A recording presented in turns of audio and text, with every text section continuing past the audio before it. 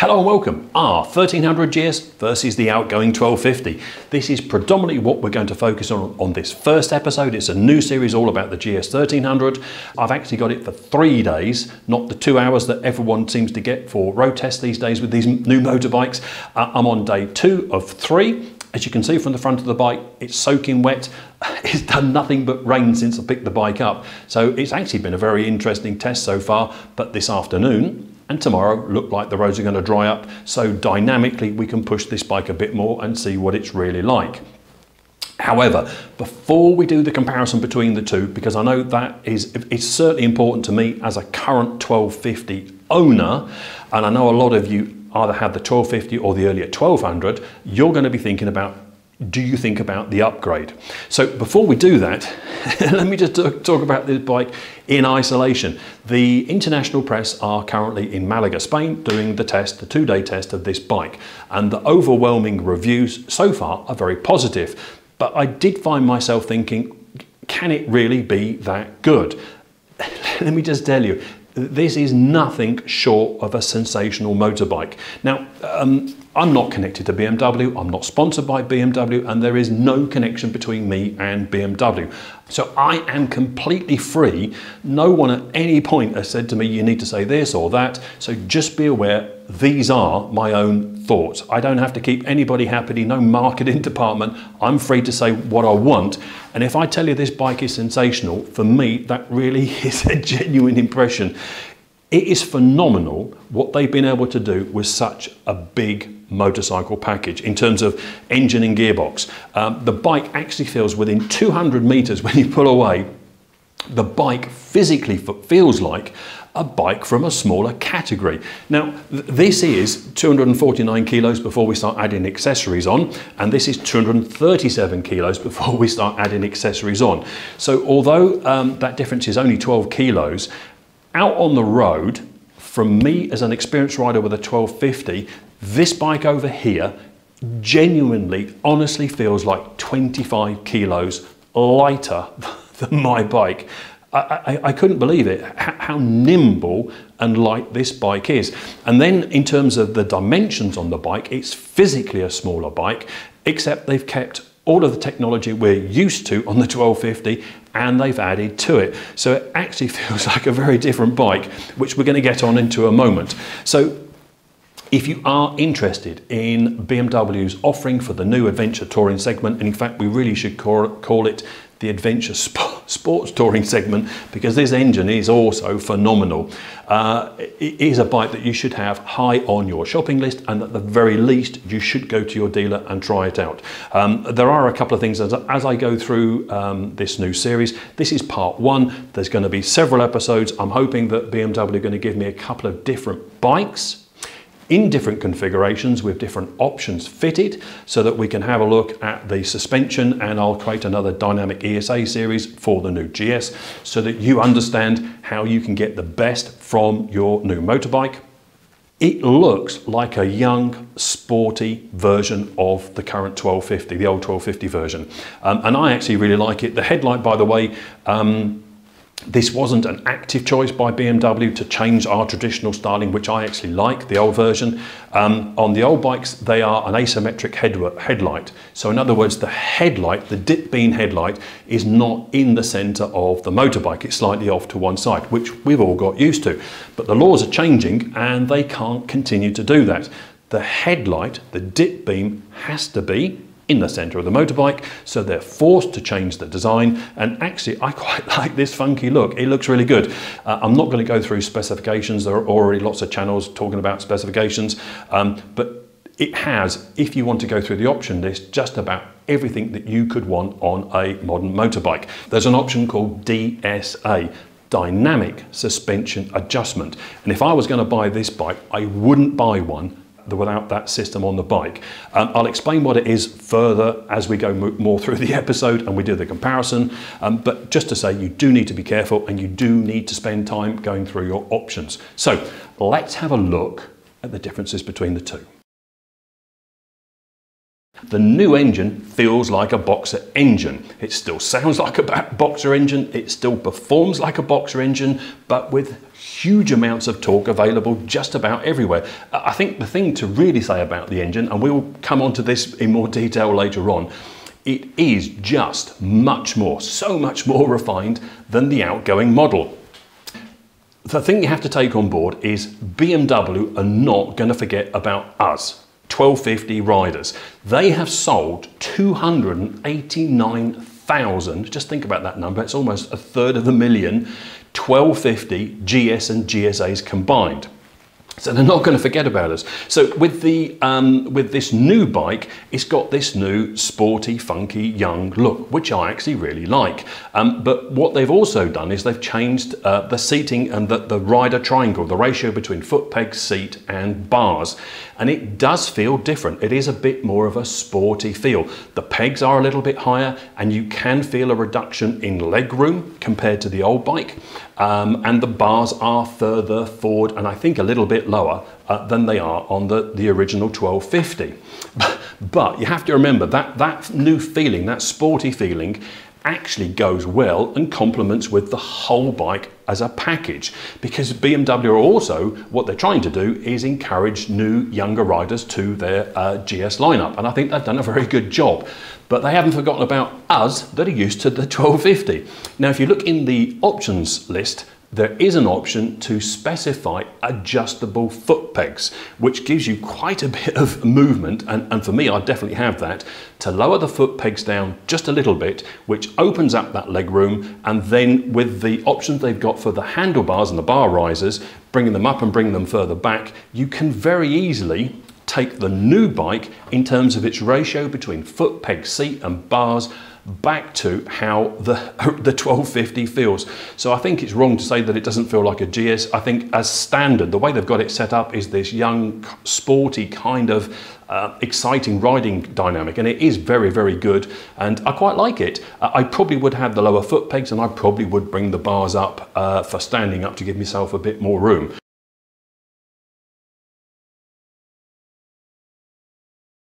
So before I started this test earlier this week, I sat down and had a good think about, is there anything wrong with the 1250? And there isn't. But are there any areas that I would like to see improvements, the things that I would like to improve on the 1250? And yes, there are. So for me, there are just 4 areas that I would like to see improvements on over the 1250.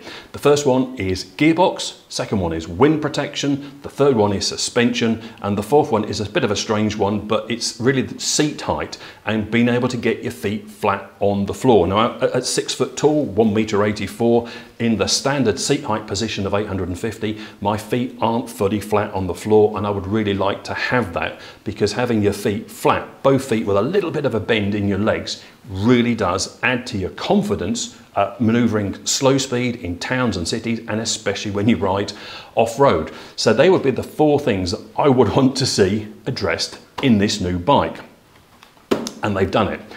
This new electric screen is nothing short of brilliant.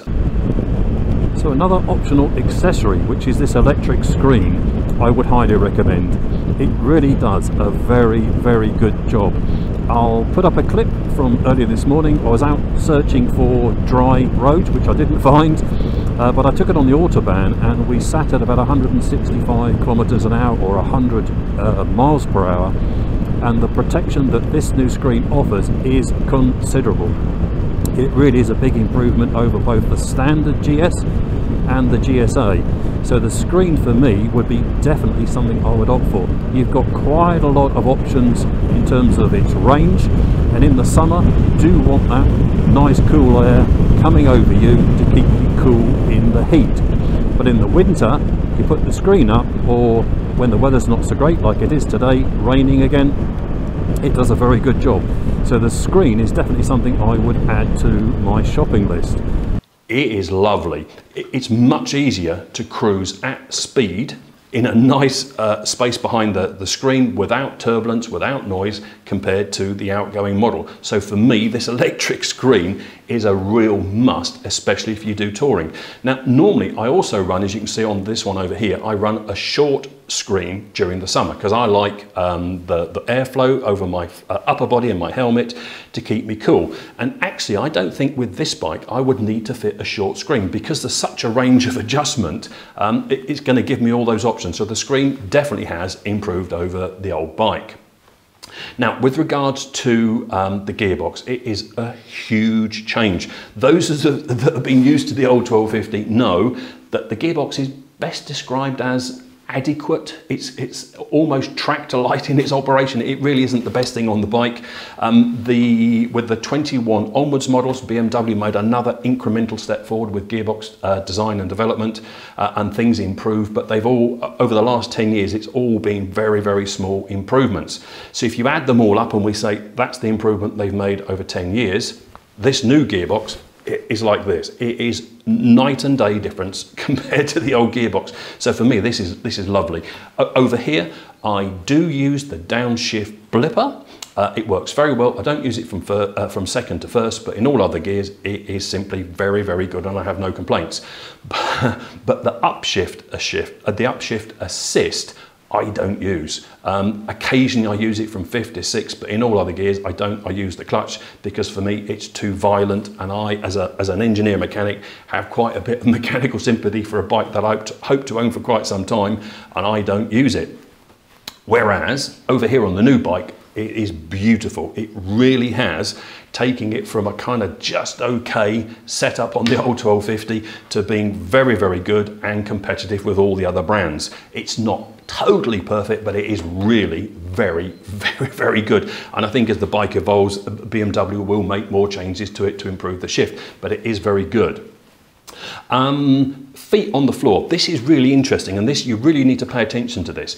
As I said, on 850 millimeters, I can't get my feet flat on the floor, and I have no trouble whatsoever having both my feet flat on the floor with a partial bend in my legs.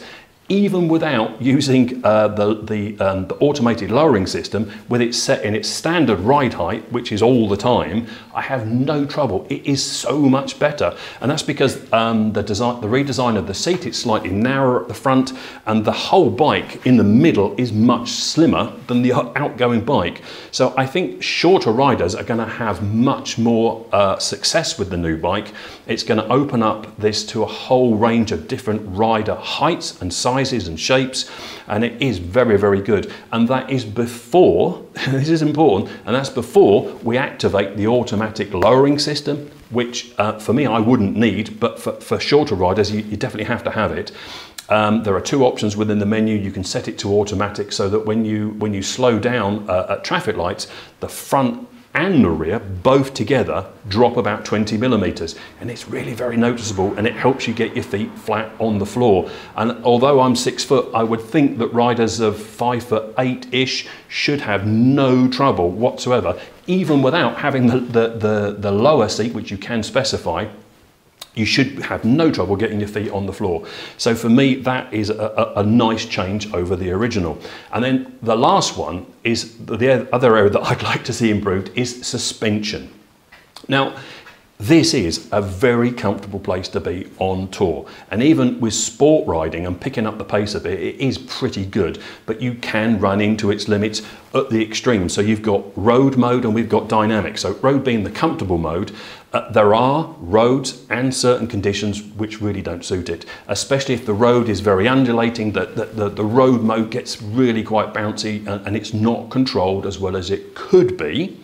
And then at the other end of the range, in dynamic mode, again, it's got a sporty, firm feel to it. But for a sports bike rider like myself, I would like it much firmer than that, much more than control. So that when you come to your favourite set of bends and you've got lots of fast transitions from left to right, there's quite a bit of movement going on.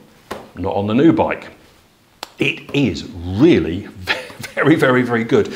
I would say that in the standard setting for road mode, compared to the old bike, The old bike is still a little bit more compliant and more comfortable. There's not a lot in it. Initially, I wasn't that impressed with it, but as my 3 days have gone on, I've actually got used to it, and it does a very good job, because there are a couple of new technologies that BMW use to control the damping, the compression, and the rebound, depending on the speed that you're traveling at. And it does actually a really good job.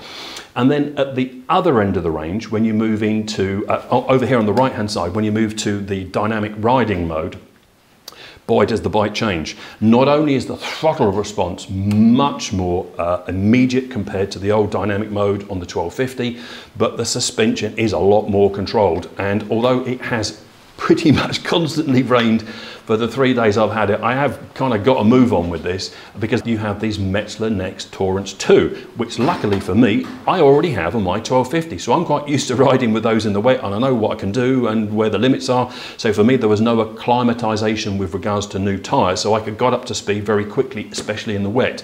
And it is dynamically much better in dynamic mode.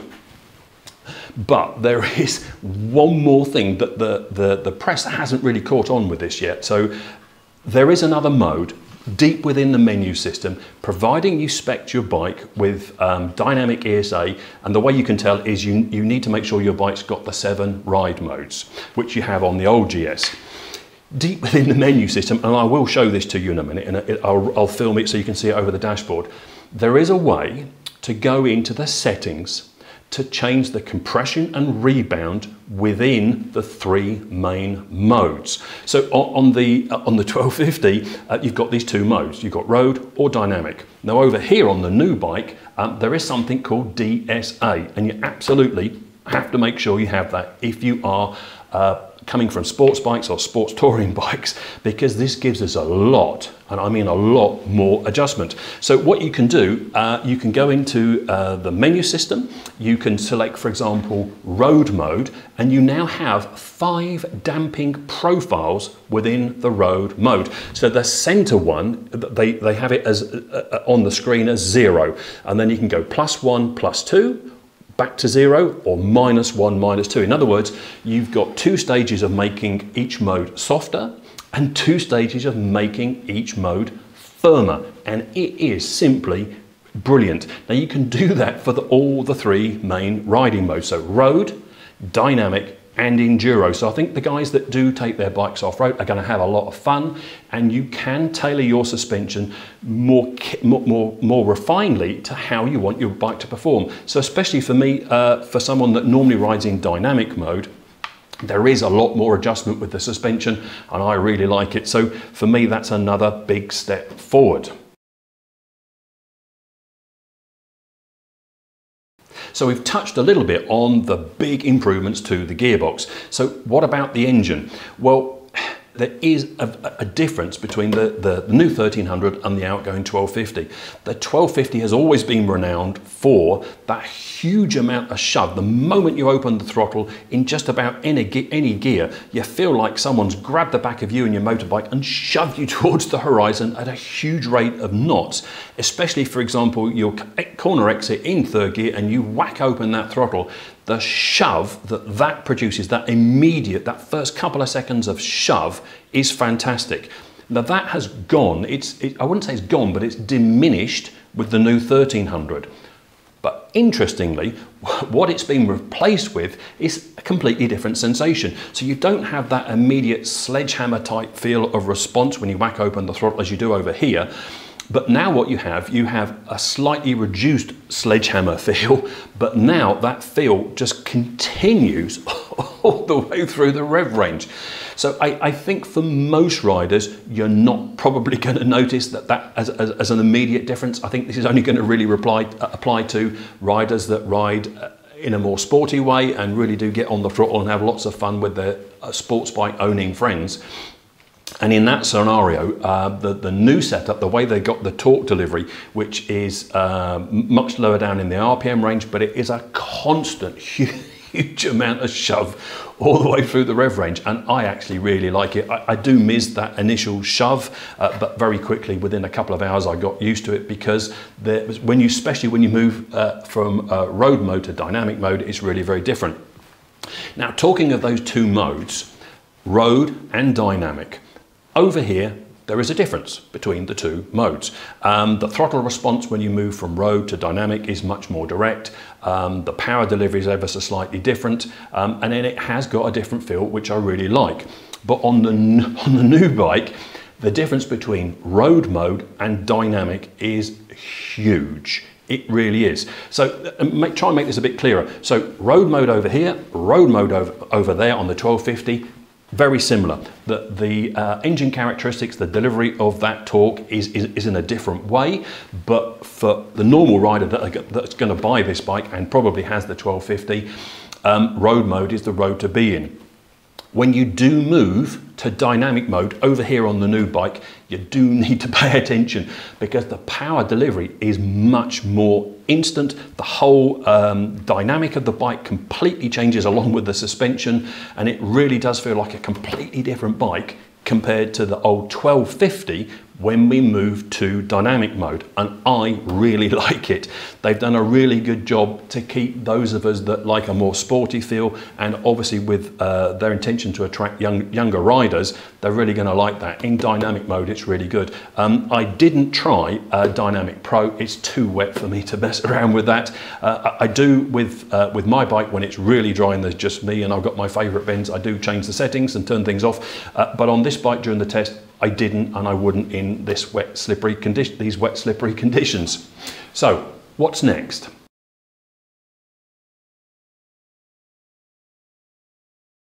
Now, another thing I think is important for those of us the 1250 have an understanding of is, obviously you've seen from the reviews, the gearbox location has now changed from the rear of the engine to an integrated gearbox and engine assembly. So the gearbox is now under the engine, and it does a very, very good job. Now, when you first get on your GS, we all experience this, whether you let the bike warm up or not, when you pull the clutch in, put it in first gear, clunk, the whole bike clunks very loudly and jolts forward. Now you kind of get used to it, but when you've got a passenger on the back, maybe it's an inexperienced passenger, you're taking your nephew or your grandson out, it can be quite a bit of a shock to them sitting on the back. Not anymore. The new bike is the first thing you're going to notice. The very first thing is you go to pull out of your car park on your road test, when you put it in first gear, there's this little tiny click as it goes into gear, and the bike no longer goes clunk as it engages gear. BMW, you did a great job with that, and that is much appreciated. Now, with the drive shaft assembly on the old 1250, because the gearbox is at the back of the engine, there's really not a lot of space to go from the gearbox to the drive assembly. So the shaft assembly comes out of the gearbox and has quite a steep decline for that shaft before it goes into the drive unit on the back. Not so on the new bike. Because the gearbox has been removed from the rear and placed underneath the engine, they've got much more space. So that drive shaft is considerably longer. It's not a little bit. If you have a look at these pictures, it is quite a bit longer. And the positive to that is that those universal joints no longer have such an extreme angle while they're operating, so that shaft, instead of dropping straight down very steeply, it now has a much more gentle angle of decrease to get to that drive assembly. And it really is very noticeable. I think the best way to describe how that feels is, if you ride normally, you're not going to notice an awful lot of difference between the two bikes. But when you pick up the pace, or when you ride off-road, there is quite a bit of difference. On the 1250 version, when you get going on the pace and you pick it up and you're going through your corners and transitions really fast, you can feel some clonking from the drive assembly when you're going on and off throttle very fast. When you start for corner entry braking and then you get on the throttle really hard at different leaning angles, you can feel a bit of a clonk from the 1250. It's fine, you get used to it, and you just have to adapt your riding style. Not so on the new 1300. I couldn't get it to make that noise or that clonk no matter what I tried. It really is very, very smooth. And I would say, in terms of a description, there's much more of a mechanical, almost like a chain and gear feel to the way this new drive shaft assembly works. And I really like it. There's much more of a direct feel between throttle and the contact patch on the rear of the tyre, much more so than the 1250. And also, when I take into account that it has rained now for 3 solid days, the pace at which you can travel on this new bike is really quite impressive. Even in the rain, every system on the bike has a much more finer control than on the previous bike. So it really is another area where I think BMW have done a really good job, and compared to the competition, it really has moved the game on. And I really like the new setup with the drive shaft. So this radar assisted cruise control is simply brilliant. You can set it and forget it, and you may actually, as I have already found out, if you're trying to use the menu system and you're navigating around the menu system while you're riding, this radar assisted cruise control does a brilliant job of paying attention to what's going on ahead while you're looking at something else. I know we should really be focusing on our riding, but sometimes things do catch us out. And I've been testing it now for about an hour, and it does a brilliant job of maintaining a set distance between you and the car in front. And I can't fault it. I've tried all kinds of things. Now, I don't have a car coming up to overtake me on the side. He's pulling off, so the speed will increase a small amount because we're set to the limit of 100. And that's this blind spot detection over here on the left-hand side, this little triangle. And it works really very, very well indeed. So if you can afford it, that is definitely, if you're doing lots of continental touring, motorway work, the radar assisted cruise control and the blind spot detection are definitely the thing to have.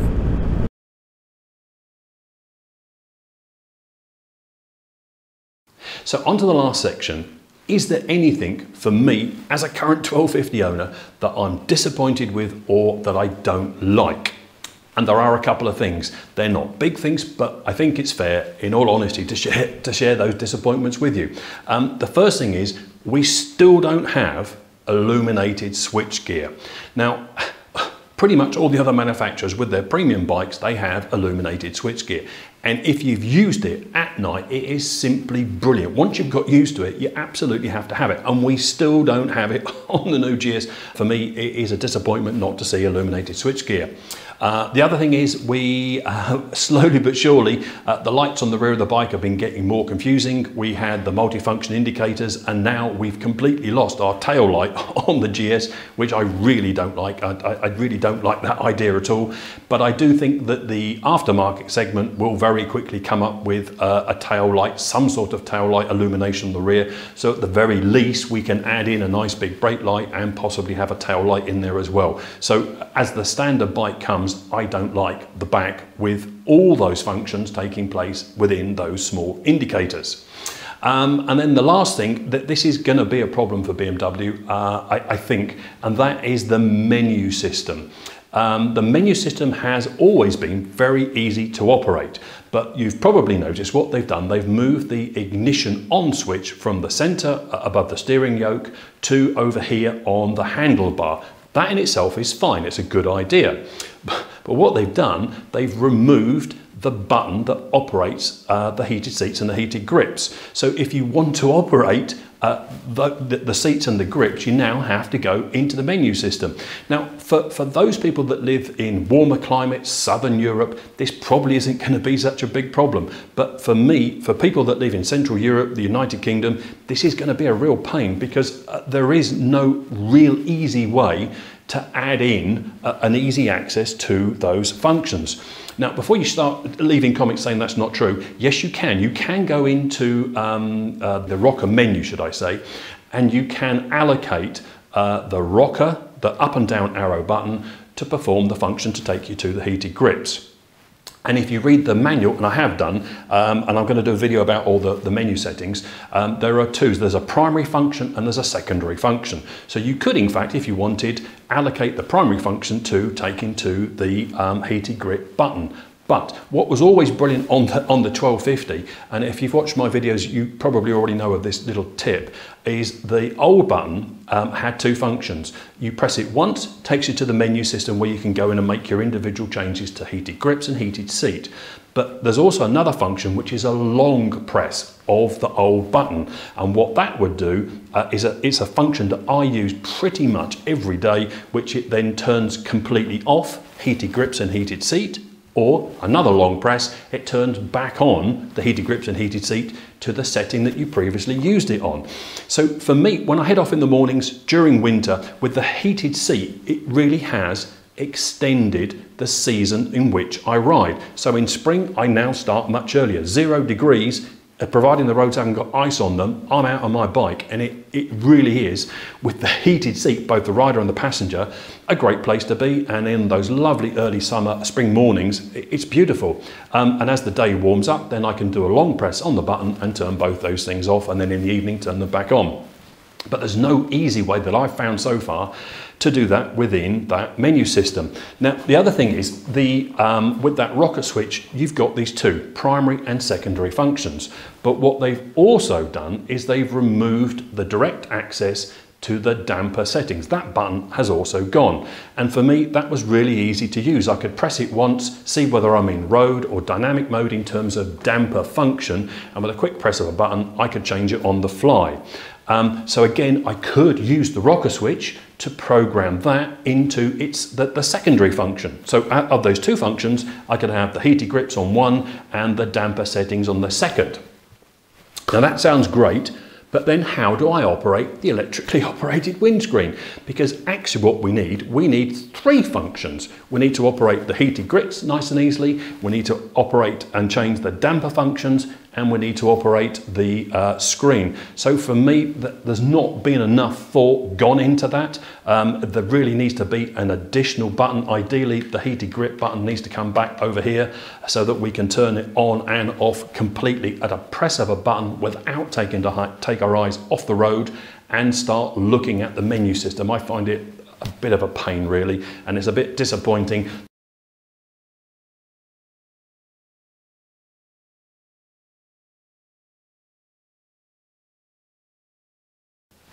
Anyway, today was a relatively short video.